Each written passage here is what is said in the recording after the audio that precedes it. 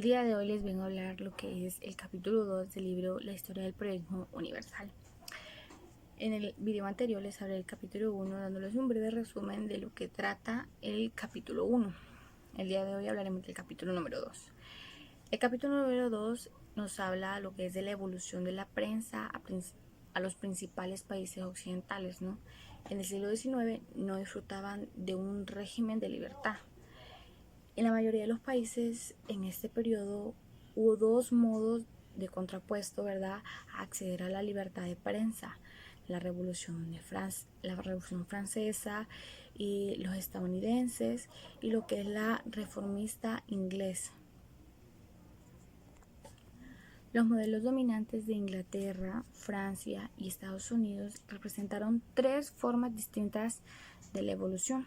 Por ejemplo, en Inglaterra tenían medidas de control de la prensa. En 1792, el Libel Act fijaba condiciones por las cuales los periodistas podían ser procesados por libelos impuestos a la prensa.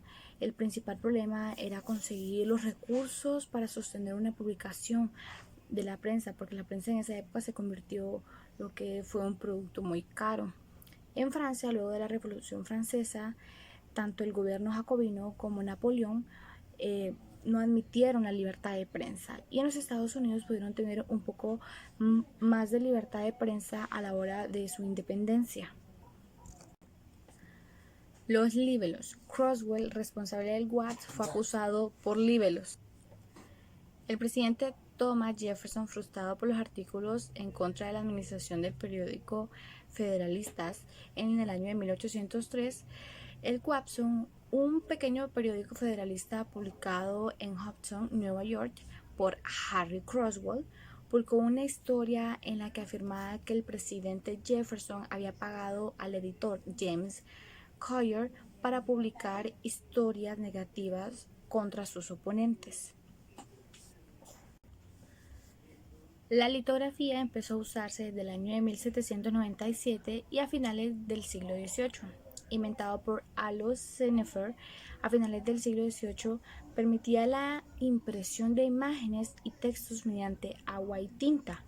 Estos tenían requerimiento de dibujar mediante un lápiz de material de grasa. Las imágenes se imprimían sobre una piedra pulida y su impresión requería de un mojado previo a la piedra.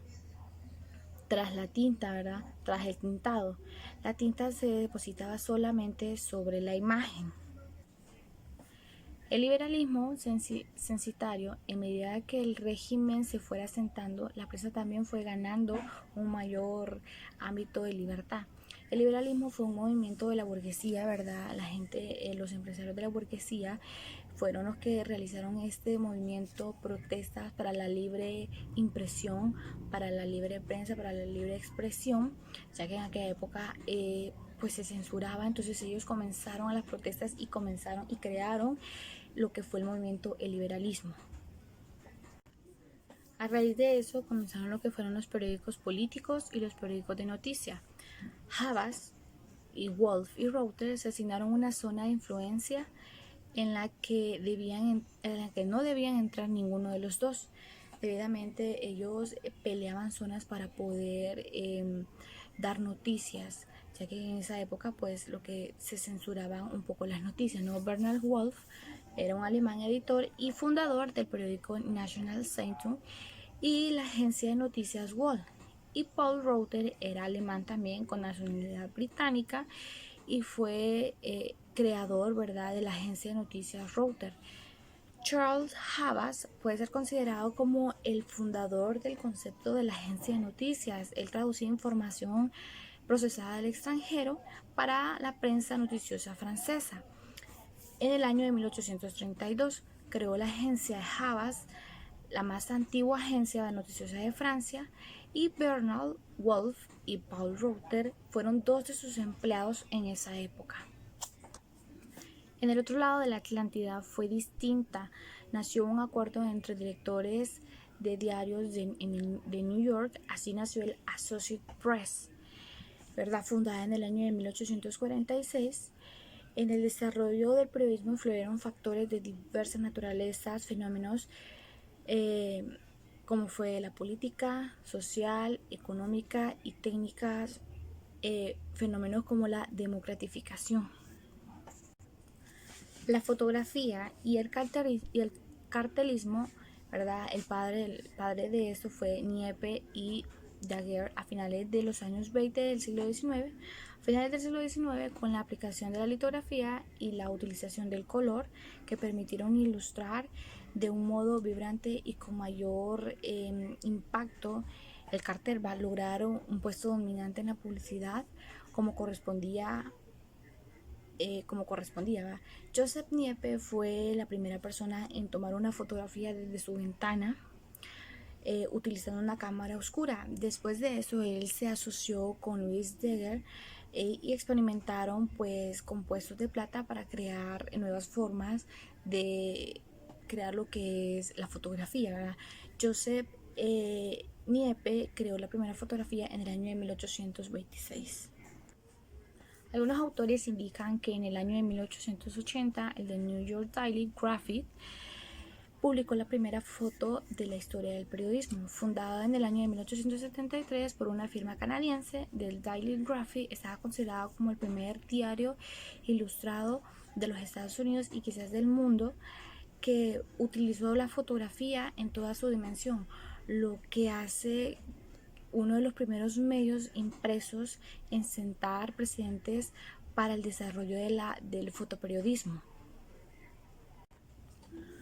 Pulitzer fue el creador de la primera escuela de periodismo en el mundo en el año de 1912 en la Columbia University Graduate School of Journalism, conocida también por los premios Pulitzer, un sueño que él tuvo, ¿verdad? Y 6 años más tarde de su fallecimiento, ¿verdad? Fue convocado a los premios Pulitzer.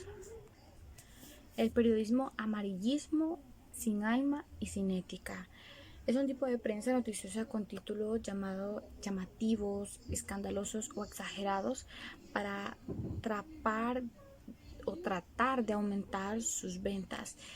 El término se originó durante la batalla del periodismo entre el diario The New York World de Joseph Pulitzer y entre el New York Journal de William Randolph Hearst de 1895 a 1898, y se puede referir especialmente en esa época. Ambos periódicos fueron acusados por otras publicaciones más serias de magnificar ciertas clases de notas para aumentar sus ventas y de pagar pues a los implicados para conseguir exclusividad.